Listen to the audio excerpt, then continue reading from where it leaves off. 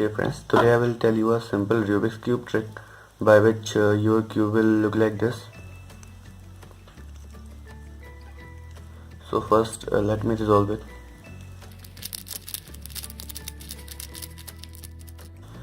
So for this trick you just have to apply that formula.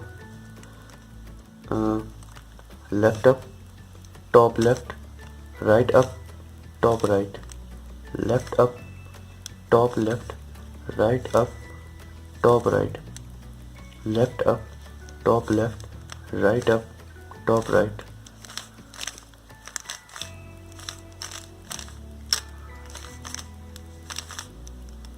Now you will see a pattern.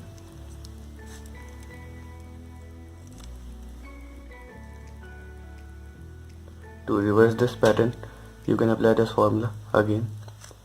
Left up, top left, right up, top right.